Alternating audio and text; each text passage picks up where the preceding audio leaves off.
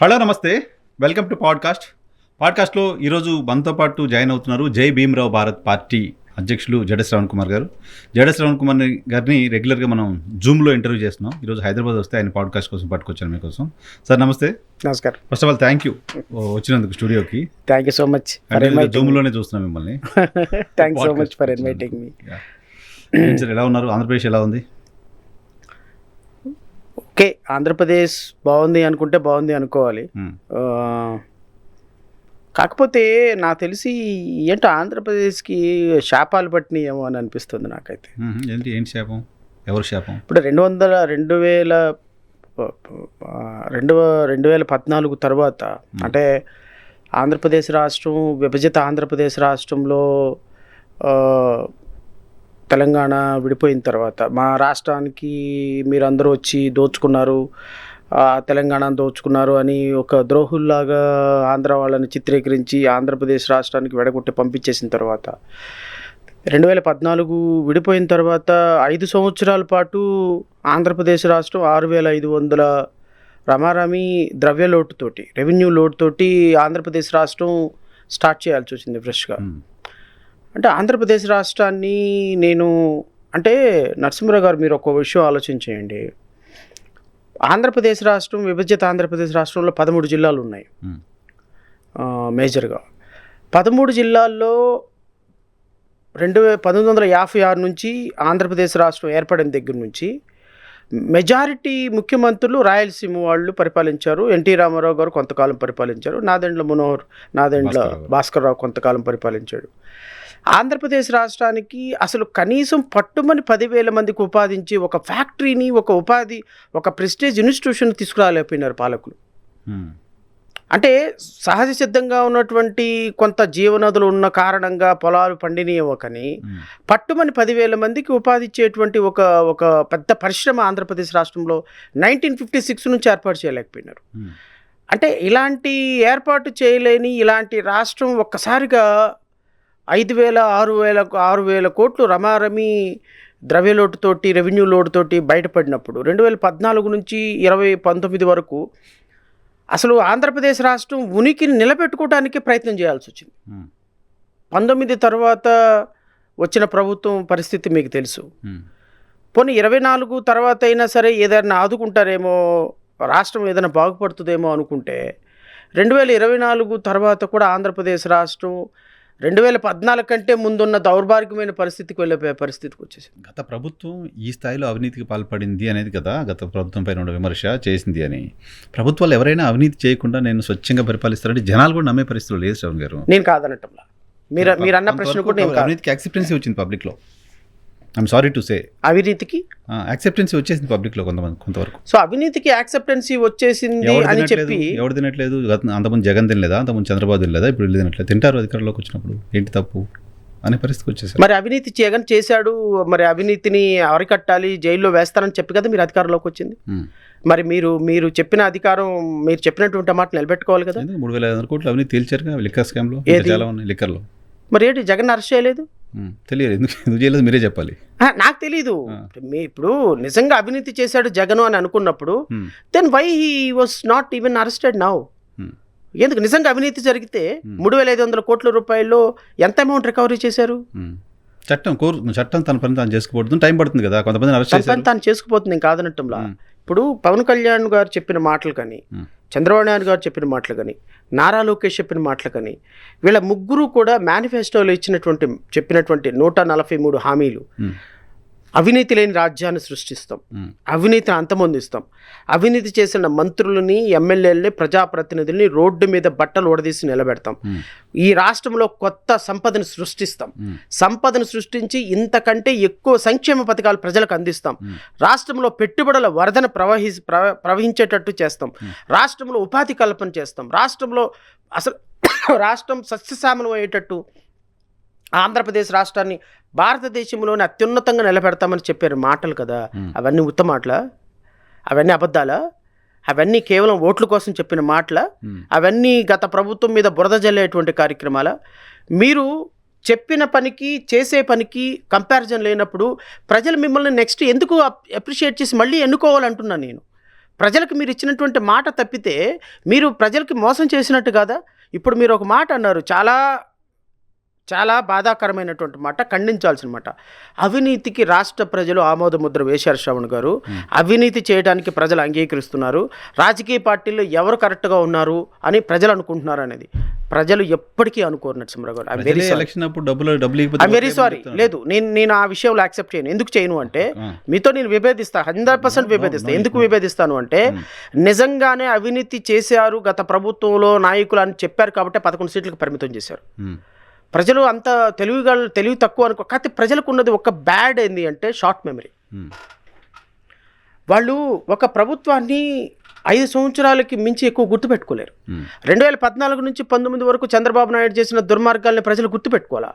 2019 నుంచి 24 చేసినటువంటి జగన్మోహన్ రెడ్డి చేసినటువంటి స్కామ్స్ కావచ్చు, ప్రజలకు అన్యాయం చేసినటువంటి విధానం పట్ల 11 సీట్లకు పరిమితం చేశారంటే ప్రజలు ఎంత 3 లక్షల కోట్ల రూపాయలు డైరెక్ట్ బెనిఫిట్ స్కీమ్ ద్వారా ట్రాన్స్ఫర్ చేసినటువంటి మొట్టమొదటి ముఖ్యమంత్రి భారతదేశంలో. పేద ప్రజలకు సంక్షేమం అందించిన సంక్షేమమే అసలు రాష్ట్రం యొక్క మొట్టమొదటి అజెండా అని ప్రకటించినటువంటి ఒక ముఖ్యమంత్రి. ఎస్సీ ఎస్టీ బీసీ మైనారిటీలే నా పార్టీకి వెన్నుదమ్ముకగా అని చెప్పిన ముఖ్యమంత్రి ఈరోజు ఇంత 11 సీట్లకి పడిపోతారని ఎవరైనా ఊహించగలరా? ఎందుకో తెలుసా? అవినీతి లేని రాజకీయాలను చేస్తాము అని ఈ 3 దుర్మార్గులు చెప్పిన కారణంగానే ప్రజలు అంతగా నమ్మారు. లేకపోతే ప్రజలు నిజంగానే అవినీతికి అలవాటు పడిపోయి ఉన్నట్టయితే వీళ్ళకి 11 సీట్లు ఇచ్చి వీళ్ళకి 164 సీట్లు ఇచ్చేవాళ్ళు కాదు నరసింహరావు గారు. ఒక్క విషయం చెప్పమనండి, మేము అవినీతి చేస్తాము ఇదే విధంగా అని ఒక్క విషయం చెప్పమనండి. 2029లో వీళ్ళ బతుకులు ఏమైపోతాయో చూస్తాను. నేను అనేది ఏంటి అంటే ప్రజల యొక్క వీక్నెస్ని, ప్రజల యొక్క నమ్మకాన్ని, ప్రజల యొక్క ఆశల్ని, ప్రజలు మీ మీద పెట్టుకున్న నమ్మకాలని ఈరోజు తొంగలో తొక్కి ఎంత సంపాదించాము అంటే నారా లోకేష్ ఇంకొక 1000 సంవత్సరాలకు సరిపడా సంపదను సృష్టించేసేసి పవన్ అంటే లంచాల ద్వారా వాళ్ళ పార్టీకి ఎంత అంటే నెక్స్ట్ ఎలక్షన్లో 10,000కి 20,000కైనా సరే ఒక ఓటు 20,000కైనా 10,000కైనా కొనుక్కోగలిగిన స్థాయికి సంపాదించినటువంటి సంపద రాష్ట్ర ప్రభుత్వం సంపాదించేసుకుంటుంది. ఎందుకు చెప్పినా 29లో వస్తామో నమ్మకం లేదు. ఒకవేళ రాలేకపోతే ఇక ఈ రాజకీయాల్లో మనం ఉండలేము. మళ్ళా జగన్మోహన్ రెడ్డి గారి అధికారంలోకి వచ్చాడా, ఇక ఈ రాష్ట్రంలో తెలుగుదేశం పార్టీకి సంబంధించిన జెండా పట్టుకోవటానికి కూడా పసుపు చొక్కా వేసుకోవటానికి కాదు కదా, కూరలో పసుపు వేసుకోవటానికి ఆ పసుపును పట్టుకోవాలన్నా గజ ఉణికిపోయే స్థితికి తీసుకొస్తాడు జగన్మోహన్ రెడ్డి. అంత భయపెడుతున్న జగన్మోహన్ రెడ్డికి ఎందుకు ఓట్లేస్తారు జనాలు? ఎవరు వేస్తారు? ఎందుకు? అంతకంటే దారుణంగా మీరు ఇప్పుడు భయపెడుతున్నారు కాబట్టి. అంతకంటే దారుణంగా మీరు ఇప్పుడు ఈరోజు ఆ వైఎస్ఆర్సీపీ నాయకుల్ని భయభ్రాంతులకు గురి చేసి పల్లెటూరులో ఊళ్ళు ఖాళీ చేపిస్తున్నారు కాబట్టి. అంతకంటే భయంకరంగా మీరు రెడ్ బుక్ అమలుపరిచి 97 పేజీలు ఇంకా రిమైనింగ్ ఉన్నాయి, 3 పేజీలు అయితేనే మీరు ఈ విధంగా చేస్తారా, ఇంకా 97 పేజీలు ఉన్నారని భయపెడుతున్నారు కాబట్టి. చరిత్రలో ఎప్పుడు లేని విధంగా ఐపీఎస్ ఆఫీసర్ని, ఐఏఎస్ ఆఫీసర్లని మొత్తానికి జైల్లో వేసి ఒక్కొక్కరిని 2 సంవత్సరాల పాటు జైల్లోనే మగ్గేటట్టు చేస్తున్నారు కాబట్టి. వ్యవస్థలన్నీ మీ గుప్పెట్లో పెట్టుకున్నారు కాబట్టి. 60,000 ఎకరాల ప్రభుత్వ భూమిని దారాదత్తం చేశారు నరసింహరావు గారు. తరుచుకుంటే కడుపు తరుక్కుపోతుంది. 60,000 ఎకరాలు. దీనికి ఈ దుర్మార్గుడు పవన్ కళ్యాణ్ కూడా one of the witness. Is the vice chairman SIPP కమిటీకి. చంద్రబాబు నాయుడు అధ్యక్షతన నారా లోకేష్, చంద్రబాబు నాయుడు అధ్యక్షతన పవన్ కళ్యాణ్ 60,000 ఎకరాల ప్రభుత్వ భూమిని మీ ఇష్టం వచ్చినట్టు పప్పు బెల్లాలాగా అమ్మేసుకుంటూ పోతుంటే, ఒక్క పరిశ్రమ పెట్టకపోతుంటే, నీకు ఎవడో ఎలక్షన్కి మచిలీపట్నంలో నీకు నీ జనసేన పార్టీ మీటింగ్ సహకరించి ఒక 10 కోట్లు ఖర్చు పెట్టాడని వాడికి ఒక 50 ఎకరాలు రాసి ఇచ్చేస్తావా? విశాఖపట్నంలో ఎవడో నీకు ఒక 20 కోట్ల రూపాయలు ఖర్చు పెట్టాడని వాడికి ఒక 100 ఎకరాలు రాసి ఇచ్చేస్తావా? ప్రభుత్వ ఆస్తి కదా. అడిగేది ఎవడు? ఇప్పుడు మీరే అన్నారు కదా, ప్రభుత్వాలు తప్పు చేయకపోతే ఎవరు చేస్తారు అని. ప్రభుత్వాలు తప్పు చేసి ప్రభుత్వ భూములను తాకట్టు పెట్టుకొని నేను అధికారికంగా ఆధారాలతోటి, అధికారికంగా జీవోలతోటి నేను బయట పెట్టగలుగుతా. 60,000 ఎకరాల ప్రభుత్వ భూమిని 1,00,000కి 1,50,000కి అమ్మి పడేశారు. అమ్మేశారు. లీజ్ కాదు ఇది. నో హక్కు లేకుండా చేశారు. భవిష్యత్తులో కూడా ప్రభుత్వానికి హక్కు లేకుండా చేశారు. హక్కు లేకుండా చేసుకున్నారు. That's what my craving. ఇప్పుడు ఎన్నని నేనైనా ఫైట్ చేయగలుగుతాను, మేమైనా ఎన్నని ఫైట్ చేయగలుగుతాము. ఇప్పుడు TCS ఫైల్ చేసాం.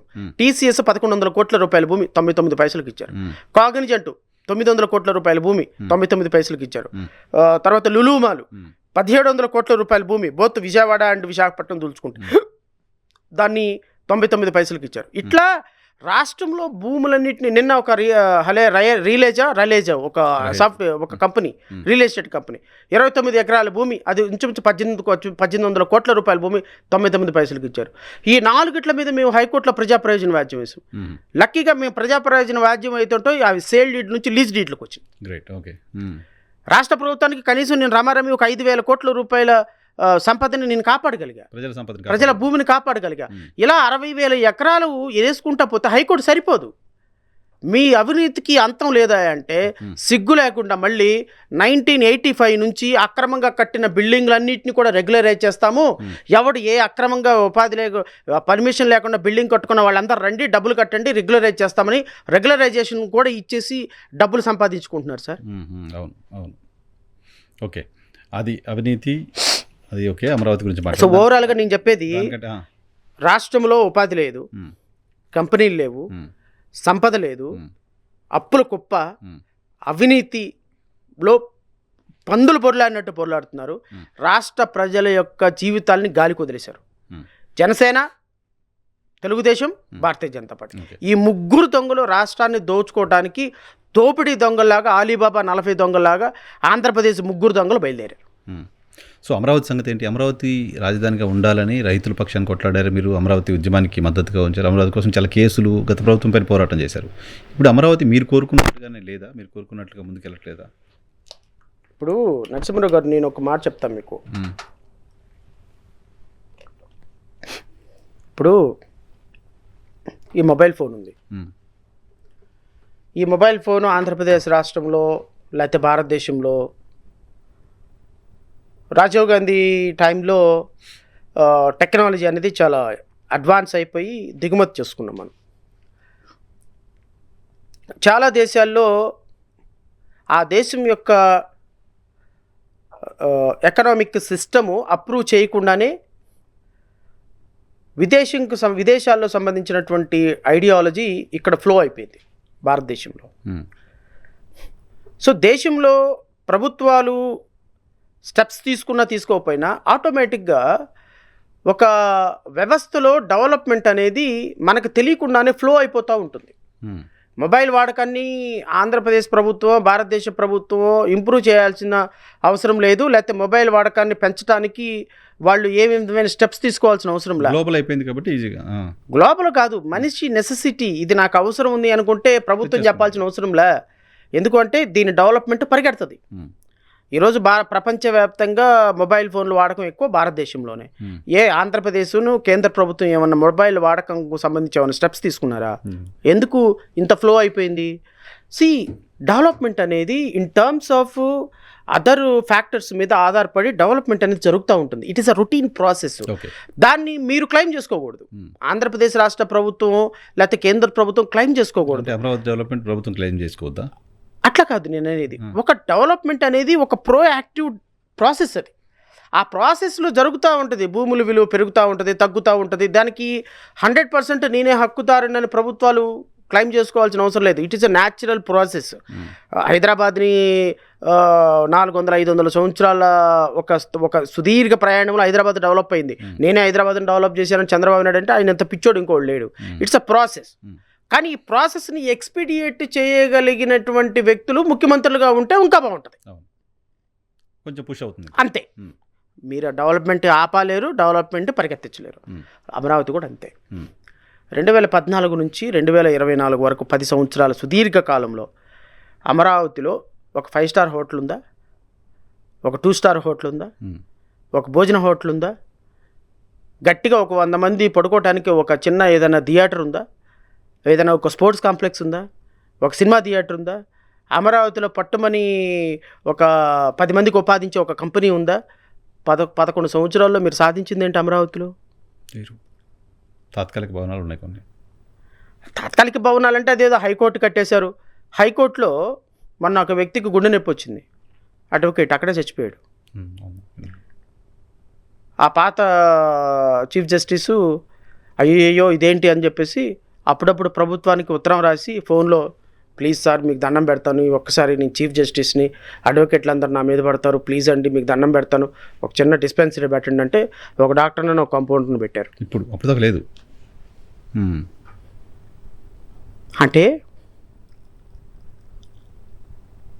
హైకోర్టు ప్రెమిసెస్లో 6 సంవత్సరాలు 7 సంవత్సరాలు అవుతున్నా పట్టుమని ఒక 10 రూపాయలు పెట్టి వెళ్ళిపోయి ఒక బేకరీకి వెళ్ళి ఒక చిన్న బ్రెడ్ తినడానికి లేదు మా హైకోర్టులో. అది ఒక నిర్జీవ ప్రదేశంలో ఉంటుంది హైకోర్టు. గట్టిగా పాము కాటేసినా ఏదన్నా గుండె నొప్పి వచ్చినా అక్కడి నుంచి అక్కడికి తెచ్చేలోపు మనిషి పోతాడు.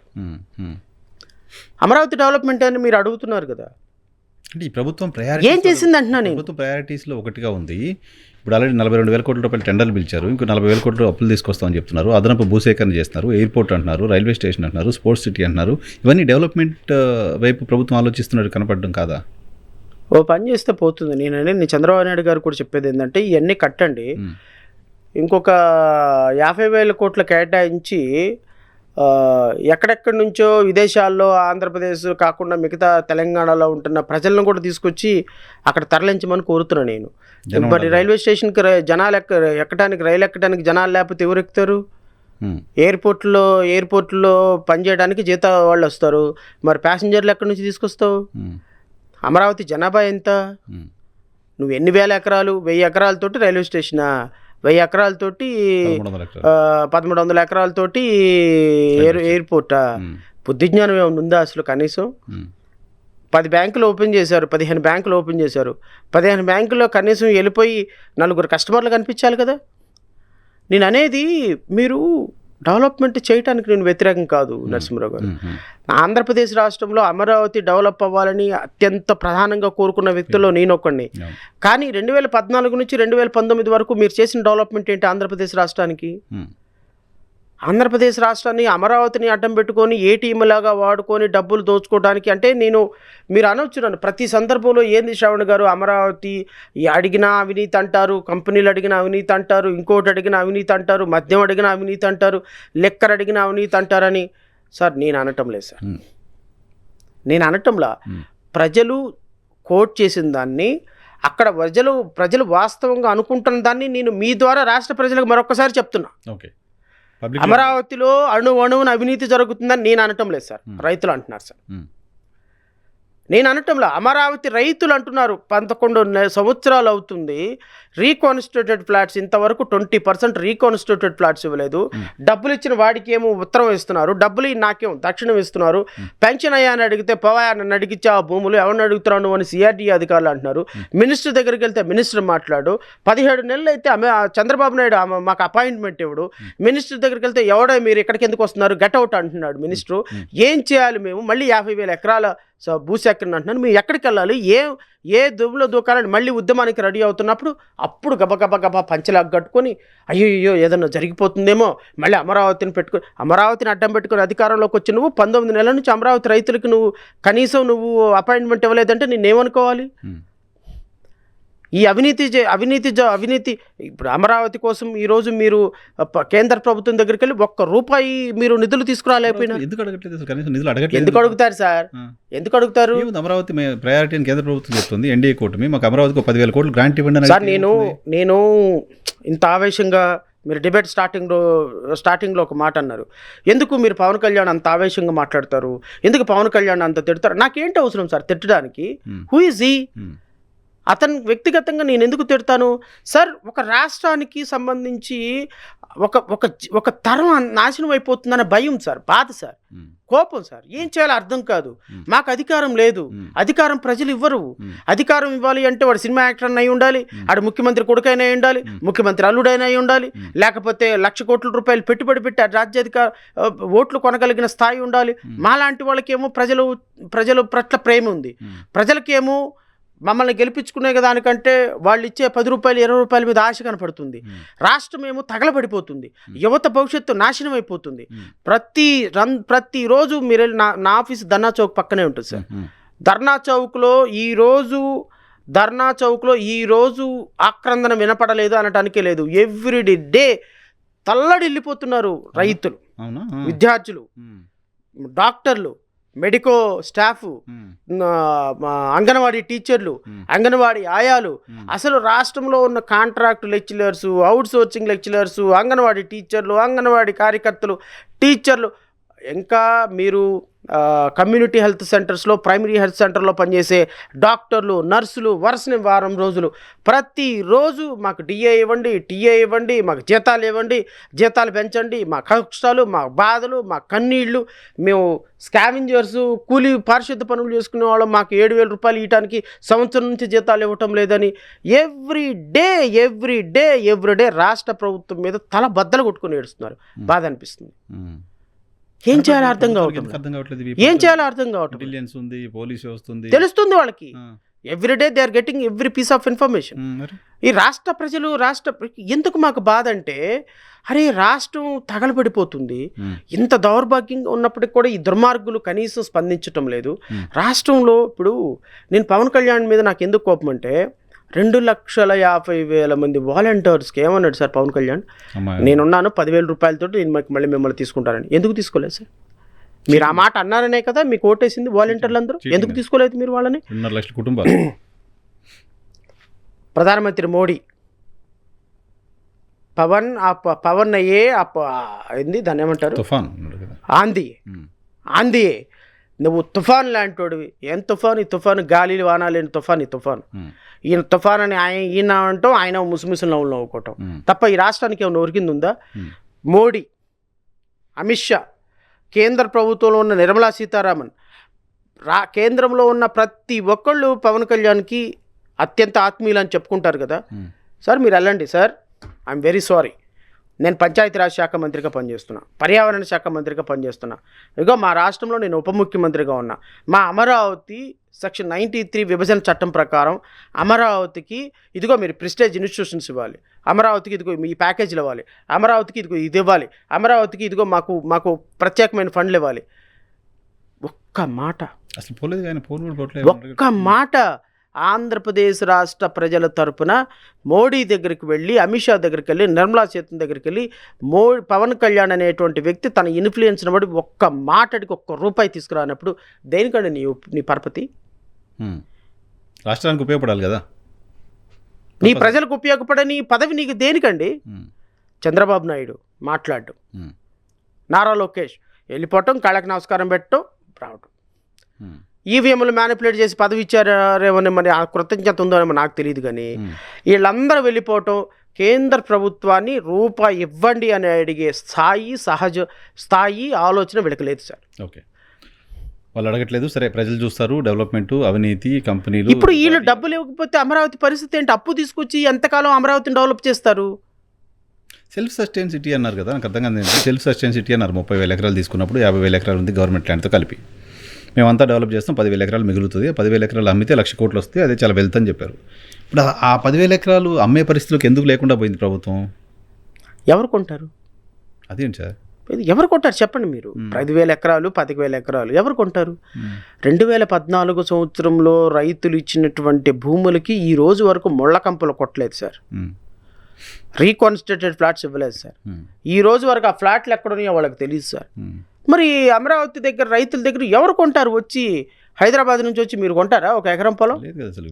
హైదరాబాద్ నుంచి అమరావతి చూసేవాళ్ళు ఎవరు కనపడట్లా. చూసేవాళ్ళు కనపడినప్పుడు నువ్వు సెల్ఫ్ సస్టైన్ సిటీ అని ఎలా అనగలుగుతారు మీరు? సెల్ఫ్ సస్టైన్ సిటీయా? సిగ్గుందా ఏమన్నా? సెల్ఫ్ సస్టైన్ సిటీ అయితే వర్షపు నీళ్లు తీయడానికి 450 కోట్ల రూపాయలు పెట్టి ఒక కేంద్రం పెడతావా? ఇది నీ సెల్ఫ్ సస్టైన్ సిటీయా?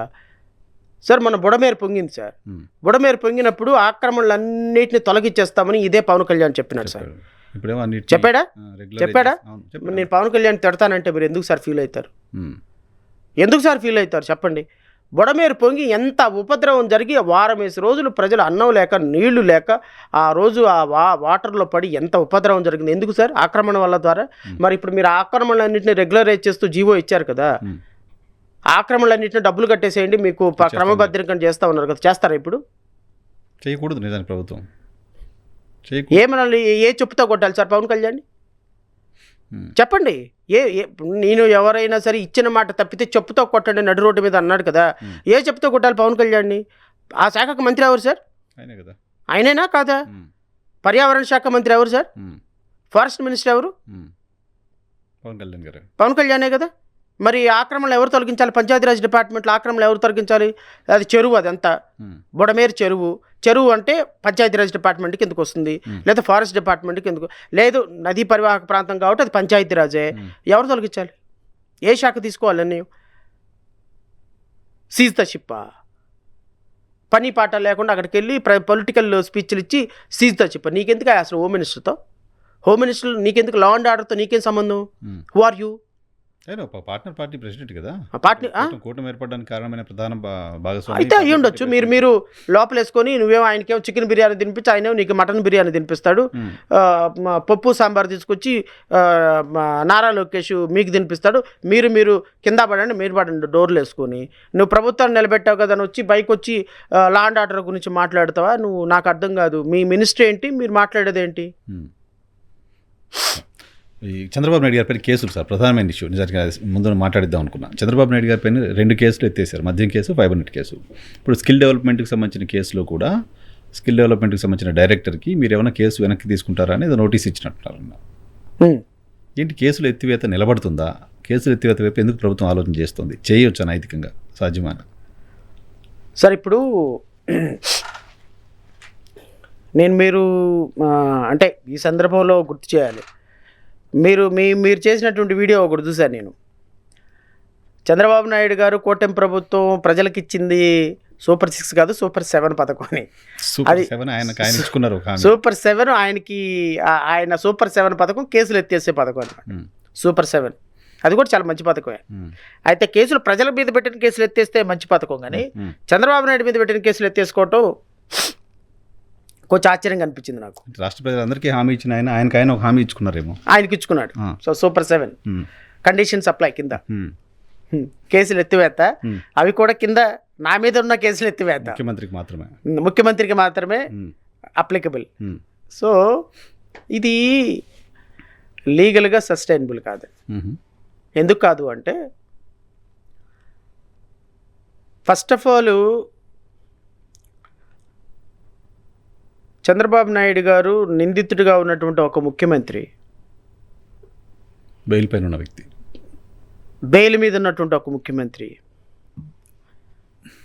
ఇన్వెస్టిగేషన్ ఆఫీసర్స్ని ఏ విధంగా ఇన్ఫ్లుయెన్స్ చేయకుండా ఉండండి డ్యూరింగ్ కోర్స్ ఆఫ్ ఇన్వెస్టిగేషన్లో అని కండిషన్లో ఉన్నటువంటి ఒక ముఖ్యమంత్రి. ఆ కండిషన్ పైన బెయిల్ వచ్చింది.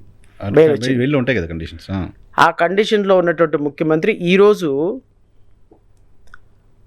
సిబిసిఐడిని చెప్పకనే చెప్పి, ఈ చిన్నపిల్లోడిని అడిగినా అరటిపండు ఒలిసి నోట్లో పాలు పేక్ కోసం తాగే పిల్లోడిని అడిగినా ఏపీసీఐడి ముఖ్యమంత్రి మాట వెనక జడా శ్రావణ్ కుమార్ మాటను జగన్మోహన్ రెడ్డి మాట వింటుందా? ఎవరు మాట వింటారు? ముఖ్యమంత్రి మాట వింటారు. ముఖ్యమంత్రి నువ్వు దోషివి అనేటువంటి వ్యవస్థ మనలో ఉందా? సిగ్గుచేటది.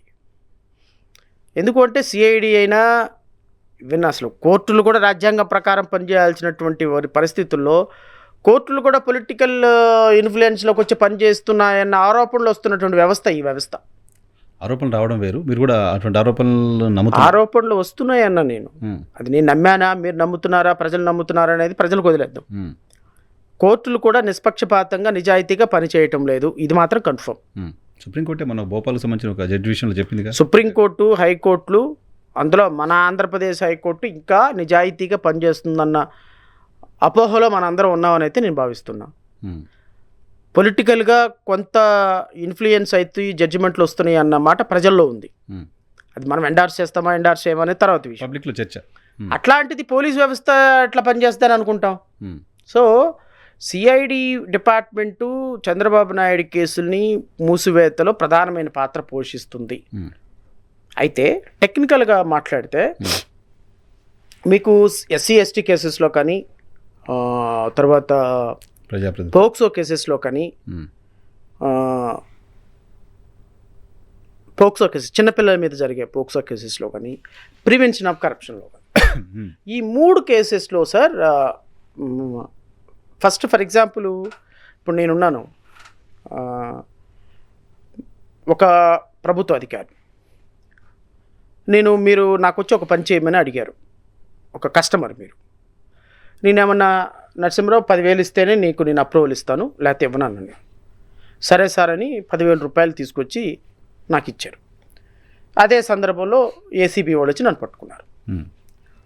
ఇది ముందుగానే మీరు వాళ్ళ దగ్గరికి వెళ్ళారు, వాళ్ళ ద్వారా నన్ను ట్రాప్ చేయించారు, నన్ను వచ్చి పట్టుకున్నారు పోలీసులు. పట్టుకున్న సందర్భంలో నా మీద ఎఫ్ఐఆర్ కట్టారు. ప్రభుత్వ అధికారి లంచం అడగడం తప్పు కాబట్టి. కట్టిన తర్వాత నెక్స్ట్ స్టెప్ ఏంటి అంటే, మీరు ఎవరైతే రిపోర్ట్ పెట్టారో మిమ్మల్ని మెజిస్ట్రేట్ దగ్గరికి తీసుకెళ్తారు. అది procedure. Okay. Prevention of corruption కేసెస్లో అది ప్రొసీజరు. ఏ కేసెస్లో ప్రొసీజర్? అది ఎస్సీ ఎస్టీలో ప్రొసీజరు, పోక్సో కేసెస్లో ప్రొసీజరు, పీసీ కేసెస్లో ప్రొసీజరు. అందుకనే ప్రివెన్షన్ ఆఫ్ కరప్షన్ కేసెస్లో బెయిల్ ఇచ్చే ముందు జిల్లా జడ్జి అడిగేది ఏంటంటే, దీంట్లో మెజిస్ట్రేట్ దగ్గర 164 రికార్డ్ అయిందా లేదా అని అడుగుతారు. అది ప్రీ కండిషన్. అది ఆ రికార్డ్ అవ్వకుండా మీకు బెయిల్ ఎవరు. ఓకే. 164 అంటే ట్యాంపర్ చేయలేని ఒక వాంగ్మూలం. సో పీసీ కేసెస్లో ప్రతి వెళ్ళిపోయి మిమ్మల్ని జడ్జి దగ్గరికి తీసుకెళ్తారు. మీరు రిపోర్ట్ ఇస్తారు, రిపోర్ట్ మీద ఎఫ్ఐఆర్ అయింది. ఎఫ్ఐఆర్ తర్వాత జరగాల్సిన ప్రొసీజర్ ఇది. రిమాండ్కి తీసుకెళ్లే ముందు జరగాల్సిన ప్రొసీజర్, రిమాండ్కి తీసుకెళ్లిన తర్వాత జరిగే ప్రొసీజర్. ఓకే. మిమ్మల్ని జడ్జి గారి దగ్గరికి తీసుకెళ్తారు, కన్సర్న్ మెజిస్ట్రేట్ దగ్గరికి తీసుకెళ్ళి మొత్తం మిమ్మల్ని ఎప్పుడు డబ్బులు అడిగాడు, ఎలా డబ్బులు అడిగాడు, ఏ సందర్భంలో డబ్బులు అడిగాడు, ఎంత డబ్బులు అడిగాడు, మీరు డబ్బులు ఎక్కడ డ్రా చేశారు, డబ్బులు ఎలా తీసుకెళ్ళి ఇచ్చారు, ఏసీబీ వాళ్ళ దగ్గరికి వెళ్ళి ఎప్పుడు వెళ్ళారు, ఏసీబీ వాళ్ళు ఎలా ట్రాప్ చేశారు, మొత్తం మీరు జడ్జి గారి దగ్గర చెప్పాలి. జడ్జి గారి దగ్గర చెప్పిన తర్వాత జడ్జి గారు స్టాంప్ వేసేసి రిపోర్ట్ పెట్టేసి ఏసీబీ వాళ్ళకి ఇచ్చేస్తాడు. ఈ ఏసీబీ వాళ్ళు దీన్ని తీసుకుని ఇంకా నెక్స్ట్ ఫర్దర్ ఇన్వెస్టిగేషన్ చేస్తారు. ఎందుకు పీసీ కేసెస్లో ఈ ప్రొసీజర్ మ్యాండేటరీ అంటే, రేపొద్దున ఈ కేసు విచారణకు వచ్చినప్పుడు నేను మీ దగ్గరకు వచ్చి నరసింహరావు 10,000 తీసుకున్నానని చెప్పి ఒక కేసు పెట్టించావు, ఇదిగో 1,00,000 రూపాయలు తీసుకో, నాకు వ్యతిరేకంగా సాక్ష్యం చెప్పు, నా పిల్లలు వెనకాల ఉన్నారు, నా భార్య అన్యాయం అయిపోద్ది, నాకు ఉద్యోగం పోద్ది, ఇదిగో 1,00,000 తీసుకో, 2,00,000 తీసుకో, కోర్టు దగ్గరకు వచ్చి నేను డబ్బులు తీసుకోలేదని చెప్పు అంటే 199 కేసెస్ మీరు సాక్ష్యంకి వచ్చినప్పుడు వచ్చి, సార్ నేను కేసే పెట్టలేదు, ఏసీబీ వాళ్ళ దగ్గరికి వెళ్ళలేదు, నేను అసలు కేసే పెట్టలేదు అని మెజిస్ట్రేట్ దగ్గర వాంగ్మూలం లేకపోతే చెబుతున్న సందర్భంలో కొత్తగా ఇంట్రడ్యూస్ అయిన ప్రొసీజర్ ఇది. ఓకే. పీసీ కేసెస్లో 164 is mandatory. Okay. Chandrababu Naidu కేసెస్లో ప్రతి కేసులో కూడా 164 చేయించారు. ఓకే. ఐఏఎస్ ఆఫీసర్ల చేత. ఏది కార్పొరేషన్, బెవరేజ్ కార్పొరేషన్ ఎండీలు ఎవరైతే కంప్లైంట్లు ఉన్నారో వాళ్ళ చేత ఎన్ని 100 కోట్ల రూపాయల అవినీతి జరిగిందనేది. ఈ మొత్తం ప్రొసీజర్ అంతా కూడా 164లో రికార్డ్ అయ్యి ఉంది. 164లో రికార్డ్ అయ్యి ఉన్న evidence is nothing but an evidence sir. రేపొద్దున కోర్టు ఈ ఎవిడెన్స్ చూసి శిక్ష చేయొచ్చు. ఓకే. జస్ట్ క్రాస్ ఎగ్జామినేషన్ మాత్రం అవకాశం ఇస్తారు, అంతే. ఈ కేసెస్లో ఇది జరిగిన తర్వాత రేపొద్దున విచారణ జరిగే సందర్భంలో ఈ వాసుదేవరెడ్డిని పిలిచి, ఏమండి మీరు ఏం చెప్తారు ఇప్పుడు అంటే, లేదమ్మా నేను తప్పు సాక్ష్యం చెప్పాను, అప్పుడు మ్యాజిస్ట్రేట్ గారి దగ్గర కూడా నా చేత బలవంతంగా సాక్ష్యం చెప్పించారని చెప్తే అది వేరు. ఓకే. అది రొటీన్ ప్రాసెస్లో నువ్వు తప్పు చెప్తే అది పెర్జరీ తీసుకుంటుంది నీ మీద. నువ్వు ఆ రోజు 164 చెప్పి ఈ రోజు మళ్ళీ విచారణకు వచ్చినప్పుడు తప్పు సాక్ష్యం చెప్తున్నావు అని కోర్టు సీరియస్ అవుద్ది, లేదంటే నిన్ను జైలుకి పంపించవచ్చు, నీకు కేసు కట్టచ్చు, అది వేరు. కానీ ఇప్పుడేం జరుగుతుందంటే చంద్రబాబు నాయుడు కేసెస్లో అసలు ఛార్జ్షీటే వేయకుండా ఎవరెవరైతే ఈ పోలీసులు చేసిన సిబిఐసిఐడిలో అబద్ధాలు డబ్బులు తీసుకున్నారు అని అభియోగాలు ఉన్నాయి, అవన్నీ ఏమీ లేవండి, తూచి ₹1 కూడా ప్రూవ్ కాలేదని ఈ కేసును క్లోజ్ చేయమని సిఐడి వాళ్ళు కోర్టులో పిటిషన్ వేశారు. ఈ పిటిషన్ వేసిన తర్వాత నెక్స్ట్ ప్రొసీజర్ ఏంటి, ఎవరైతే కంప్లైంట్ ఇచ్చారో ఆ కంప్లైంట్ ఇచ్చిన వ్యక్తిని కోర్టు పిలవాలి. వాసుదేవరెడ్డిని పిలిచింది లెక్కర కుంభకోణం. అయ్యా బాబు వాసుదేవరెడ్డి ఏంటి నువ్వు, వాళ్ళు పోలీసులు ఏం సాక్ష్యం లేదంటున్నావు, క్లోజ్ చేసేయచ్చు అంటే, అబ్బాయి క్లోజ్ చేసేయండి అమ్మా, మీకు దండం పెడతాను, అసలు దీంట్లో ఏమి సాక్ష్యం లేవు, ₹1 కూడా రాష్ట్రానికి అవినీతి జరగలేదు, క్లోజ్ చేసేయమన్నారు. మరి నువ్వు ఇచ్చిన 164 స్టేట్మెంట్ ఏంటి? మ్యాజిస్ట్రేట్ దగ్గర ఇచ్చిన 164 చూడొద్దా ఏసీబీ కోర్టు? చూడాలి. దాన్ని బేస్ చేసుకుని అవసరమైతే వాసుదేవరెడ్డిని మళ్ళీ విచారించాలి, జైలుకి పంపించాలి, ప్రొసీజర్ కదా. విచారించాలి, జైలుకి పంపించాలి అనేది సెకండ్ ప్రొసీజర్. అసలు ఇప్పుడు వాసుదేవరెడ్డి ఇచ్చే స్టేట్మెంట్ కి వ్యాలిడిటీ లేదు, because he has given 164 statement earlier. ఇప్పుడు మారుస్తారనే కదా 164 స్టేట్మెంట్ పెట్టింది. సో ఈ సందర్భంలో అసలు ఆయన మాటకి వాల్యూ లేనే లేదు. దాన్ని బేస్ చేసుకుని ఎలా మరి ఏసీబీ కోర్టు క్లోజ్ చేసింది. అండ్ యాంపిల్ ఆఫ్ ఎవిడెన్స్ ఉంది, స్టేట్మెంట్ ఆఫ్ రికార్డ్స్ ఉన్నాయి, సీజ్ చేసిన అమౌంట్ ఉంది. అవును కదా. ఇవన్నీ ఉండగా ఎలా క్లోజ్ చేస్తారు? It's my point. రేపొద్దున చంద్రబాబు నాయుడు కేసెస్లో అండ్ రెండో వ్యాలిడ్ పాయింట్, చంద్రబాబు నాయుడు అవినీతి జరిగింది అని చెప్పిన సందర్భంలో ముఖ్యమంత్రి, పోనీ కేసు పెట్టిన సందర్భంలో కూడా ఎమ్మెల్యే, ప్రతిపక్ష నేత, ఇప్పుడు ఒక ముఖ్యమంత్రి. మరి ఈ కేసెస్ క్లోజింగ్ కానీ ట్రయల్ కానీ విచారణ కానీ ఎక్కడ జరగాలి? ప్రజాప్రతినిధుల కోర్టులో జరగాలి కదా. మరి ప్రజాప్రతినిధుల కోర్టులో కాకుండా ఏసీబీ కోర్టులో ఎందుకు జరిపిస్తున్నారు ట్రయలు? సో ఏసీబీ కోర్టులో ఒకవేళ ఫైనల్ రిపోర్ట్ వేస్తే అయ్యా నాకు సంబంధం లేదు, మీరు ప్రజాప్రతినిధి కోర్టుకి వెళ్ళండి అని ఏసీబీ కోర్టు చెప్పాలి కదా. ఎందుకు చెప్పలేదు? సో సుప్రీంకోర్టు ఇచ్చిన జడ్జిమెంట్ని వైలేట్ చేశారు, లీగల్ ప్రిన్సిపల్స్ని వైలేట్ చేశారు. అన్ని కేసెస్లో చక్కగా వ్యవస్థలన్నింటినీ మేనేజ్ చేసేసి 100 కోట్ల రూపాయలు ఫ్లో చేసేసి కేసులు మొత్తాన్ని క్లోజ్ చేసుకున్నారు. ఈ కేసులో ప్రతి కేసుని నేను రాష్ట్ర ప్రజలకి ఖచ్చితంగా ఒక లీగల్ పర్సన్గా, ఒక పొలిటికల్ పార్టీ అధ్యక్షుడిగా నేను ఈ ఇల్లీగల్ క్లోజింగ్ ఆఫ్ కేసెస్ మీద మా పార్టీ పోరాటం చేయబోతుంది. ప్రతి కేసుని కూడా సుప్రీంకోర్టు వరకైనా వెళ్ళి చంద్రబాబు నాయుడు మీద పెట్టిన ప్రతి కేసు కూడా డ్యూ ప్రాసెస్లో క్లోజ్ అవ్వాలి తప్ప మీ ఇష్టం వచ్చినట్టు ఆఫ్ ది రికార్డు పోలీసుల్ని వ్యవస్థల్ని మేనేజ్ చేసి క్లోజ్ చేసుకోవడానికి మా పార్టీ ఒప్పుకునే ప్రసక్తే లేదు. మేము ఎవ్రీ కేసుని రీఓపెన్ చేయించే గురుతరమైన బాధ్యత మేము తీసుకుంటాం. కాదు సార్, ఇప్పుడు ఏసీబీ కోర్టులో విచారణ జరుగుతున్న సందర్భంగా మళ్ళీ ప్రజాప్రతినిధుల కోర్టుకి ఏ టైంలో ట్రాన్స్ఫర్ చేయాలి ఏసీబీ కోర్టు కేసుని ఛార్జ్షీట్ అయిన తర్వాత? మంచి వ్యాలిడ్ ప్రశ్న అడిగారు సార్. ఉపాధ్యాయ కేసులో సుప్రీంకోర్టు ఏం చెప్పింది అంటే, ఒక ప్రజాప్రతినిధి అనేటువంటి వ్యక్తి right from registration of FIR దగ్గర నుంచి పోలీసులను మేనేజ్ చేస్తున్నాడు, ఛార్జ్షీటు వేసుకోకుండా క్లోజ్ చేసుకుంటున్నాడు, ఛార్జ్షీట్ అయిన తర్వాత విచారణకు రాకుండా సాక్షులను బెదిరిస్తున్నాడు. ఈ విధంగా దేశవ్యాప్తంగా ప్రజాప్రతినిధి మీద పేరుకుపోయినటువంటి కేసులు 15 ఏళ్ళు 20 ఏళ్ళు పెండింగ్ ఉండటం వల్ల ప్రజలలో న్యాయ వ్యవస్థ పట్ల ఒక నమ్మకం కోల్పోతున్నారు. కాబట్టి రాష్ట్ర వ్యాప్తంగా ప్రజాప్రతినిధుల కోర్టు ఒకటి పెట్టండి. ఈ ప్రజాప్రతినిధుల కోర్టు కేవలం ప్రజాప్రతినిధులకు సంబంధించిన కేసులు మాత్రమే ట్రయల్ చేయండి అని జడ్జిమెంట్ ఇచ్చిన సందర్భంలో వీళ్ళంతా టెక్నికల్గా ఏం చేస్తారు అంటే, ప్రజాప్రతినిధుల కోర్టు అనేది జిల్లాకు ఒకటి ఉంటుంది, మళ్ళీ మెజిస్ట్రేట్ కోర్టు స్థాయిలో. ఇప్పుడు చిత్తూరు జిల్లాలో ఉంది, చిత్తూరు జిల్లాలో ఒక మెజిస్ట్రేట్ కోర్టు ఉంటుంది, ప్రజాప్రతినిధుల డెసిగ్నేటెడ్ కోర్టు. రాష్ట్ర వ్యాప్తంగా ఒక ఫైనల్ కోర్టు ఉంటుంది, రాష్ట్ర వ్యాప్తంగా ఉన్న కోర్టు జిల్లా court. Okay. So election offences, చిన్న చిన్న ఎలక్షన్ అఫెన్సెస్ లోకల్గా ఉన్న మెజిస్ట్రేట్ కోర్ట్స్లో క్లోజ్ చేసుకోవచ్చు. కానీ పీసీ యాక్ట్లు, మర్డర్ కేసులు, రేప్ కేసులు, ఇలాంటి కేసెస్ జిల్లా కోర్టుకు చేయగలిగిన కోర్టు రాష్ట్ర వ్యాప్తంగా ఒకటే కోర్టు ఉంది, అది విజయవాడలో ఉంది. ఓకే. అయితే ఈ విజయవాడలో ఉన్నటువంటి కోర్టు, ఈ కోర్టులు ఛార్జ్ షీటు వేసిన తర్వాత ఈ కోర్టుకు రావాలా? Charge sheet for example Chandrababu Naidu case ఉంది, చంద్రబాబు నాయుడు కేసు అమరావతిలో సిఐడి పోలీసులు కేసు పెట్టారు. అమరావతిలో కేసు పెట్టుకున్న పీసీ యాక్ట్ ఉంది కాబట్టి ఏసీబీ కోర్టు విజయవాడకు తీసుకొచ్చారు. నా వాదన ఏంటి అంటే, చంద్రబాబు నాయుడు మీద కేసు పెట్టిన మరుక్షణమే ఈ కేసు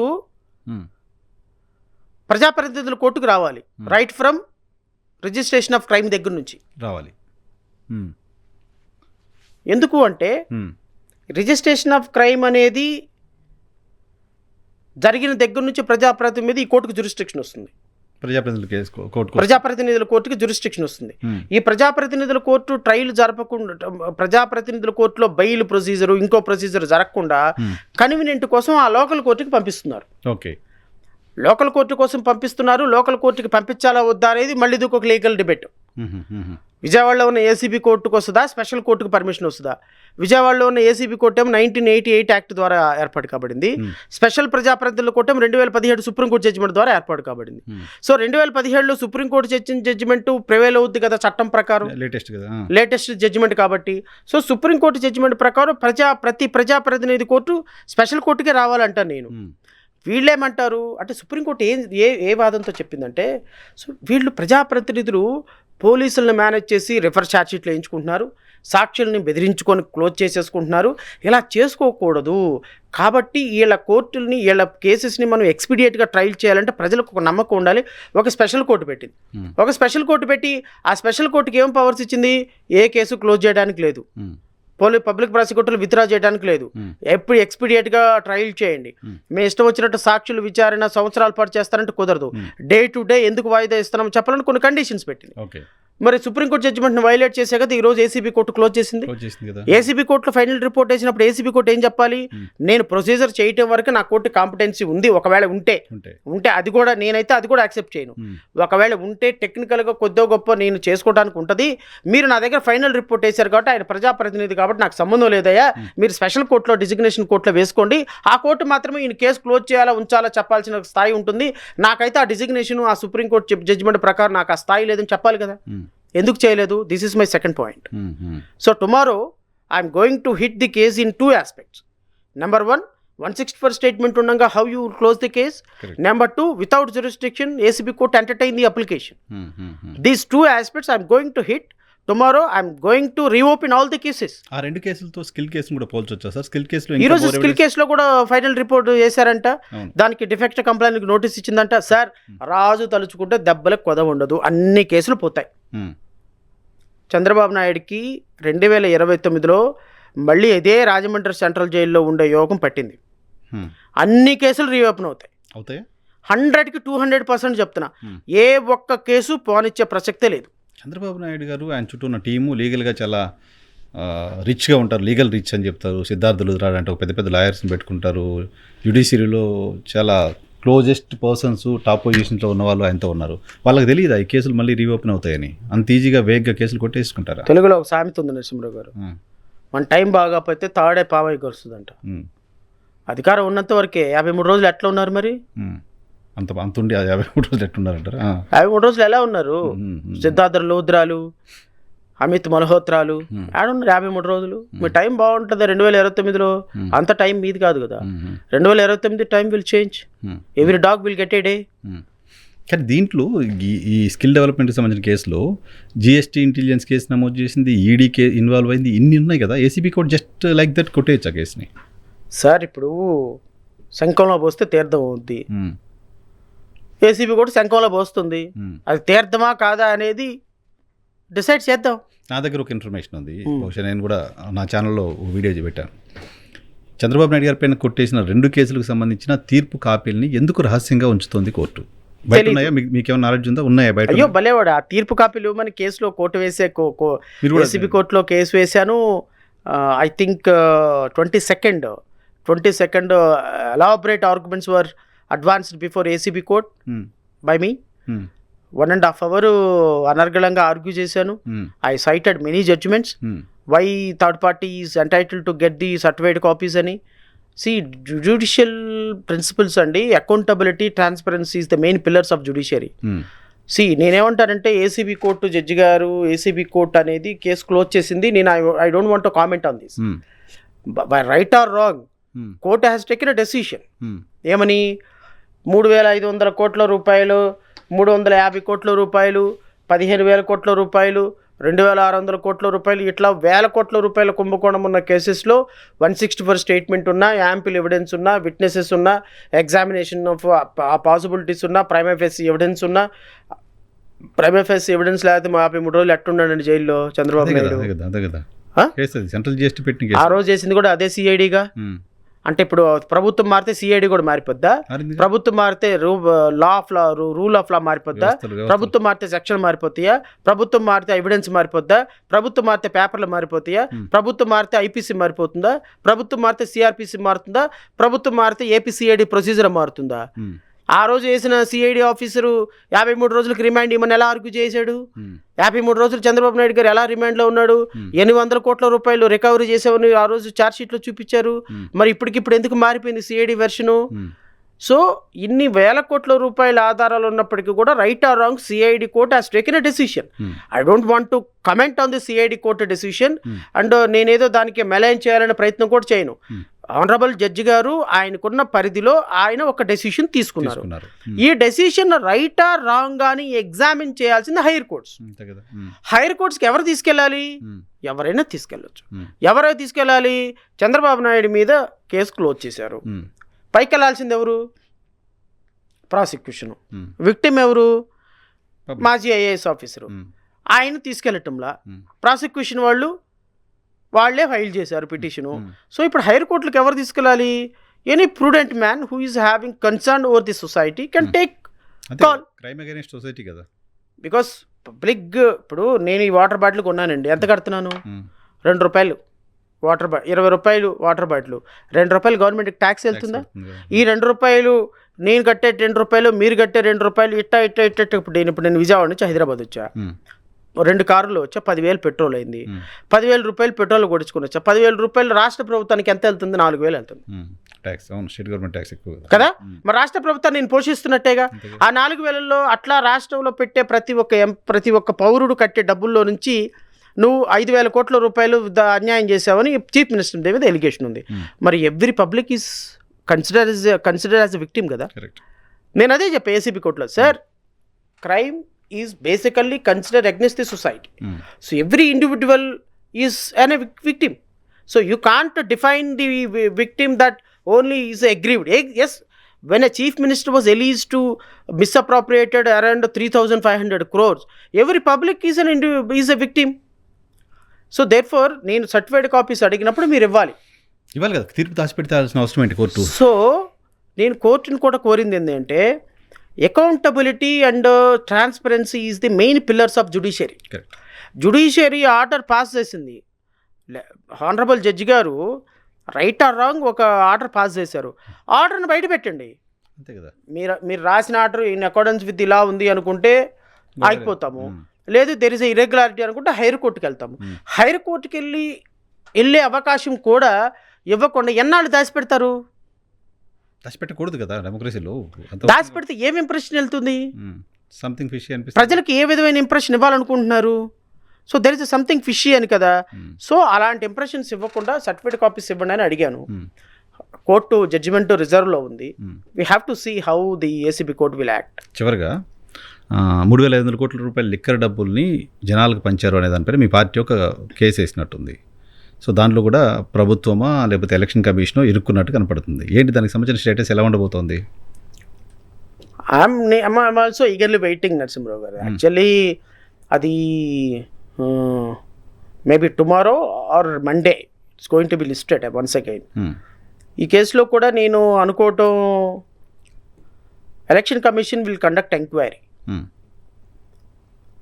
చూడాలి. ఇప్పుడు సిట్ ఏమో 3,500 కోట్ల రూపాయలు ఎలక్షన్లో ఖర్చు పెట్టారు అంటారు, జనరల్ ఎలక్షన్లో ఖర్చు పెట్టారంట. ఒక ఎంపీ 80-90 లక్షలు, ఒక ఎమ్మెల్యే 40 లక్షలు మాత్రమే ఖర్చు పెట్టాల్సిన చోట ఓవరాల్గా పుట్ టుగెదర్ 600 కోట్ల రూపాయలు అవుతున్నాయి. మరి 3,500 కోట్ల రూపాయలు ఎక్కడ ఖర్చు పెట్టారు?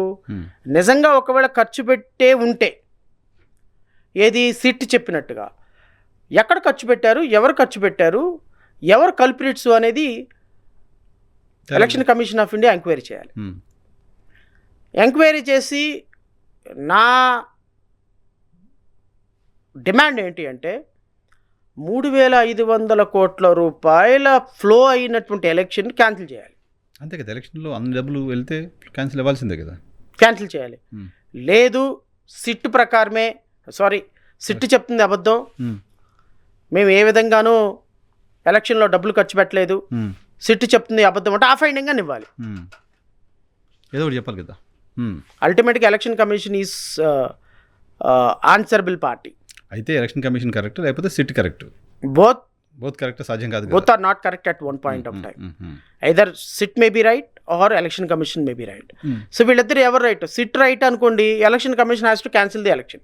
ఎలక్షన్ కమిషన్ కరెక్ట్ అనుకోండి, సిట్ ఫైల్ చేసిన ఫైండింగ్ రాంగ్. మద్యం కొమ్ముకోవడమే లేదు, ఇంకా పంచడమే లేదు, ఇంకా ఇక లిక్కర్ లేదు, డబ్బు లేదు, స్కామ్ లేదు, ఇదంతా బోగస్. అంటే కేవలం ప్రతిపక్షాలను టార్గెట్ చేయడానికి 3,500 కోట్ల రూపాయలు ఎలక్షన్లో ఖర్చు పెట్టారు అని చెప్పేసి వాళ్ళు ప్రజల మీదకి ఒక పొలిటికల్ స్టంట్ వదిలారని అర్థమవుతుంది. లేదు నిజంగానే 3,500 కోట్ల రూపాయలు ఎవరెవరు పంచారు, ఎక్కడ పంచారు, ఏ పార్టీ పంచింది అనేది సిట్ అధికారులు ఎవరైతే ఉన్నారో వాళ్ళని పిలిచి ఎలక్షన్ కమిషన్ ఎంక్వైరీ చేయాలి. ఇప్పుడు వాళ్ళు 3,500 కోట్ల రూపాయలు 2,000 మందిని ఎగ్జామిన్ చేసి కొన్ని డాక్యుమెంట్లు సీజ్ చేశారు. ఆ డాక్యుమెంట్లన్నీ కూడా ఎలక్షన్ కమిషన్ ఎగ్జామిన్ చేయాలి. ఇప్పుడు ఎలక్షన్ కమిషను, రాష్ట్ర ప్రభుత్వం ఈ రెండు కొట్టుకోవాలి. ఈ రెండు కొట్టుకొని ఎవరు కన్ఫర్మ్ చేస్తారో, ఎవరు వస్తారో బయటకు చూస్తే ప్రజలకు ఒక క్లారిటీ వస్తుంది. ఆ ప్రజల్లో మేము ప్రజల తరపు నుండి పోరాడే పార్టీగా మాకు ఒక ఒక ఒక ఇప్పుడు మేము ప్రజాస్వామ్యబద్ధంగా పనిచేయాలనుకునే పార్టీలకు మేము ఇలా వేల కోట్ల రూపాయలు ఖర్చు పెట్టి ఎలక్షన్లో డబ్బులు ఓటర్లు కొంటే ఇంక మాలాంటి వాళ్ళ పరిస్థితి ఏంటి? అంతే కదా. So somebody has to bell the cat.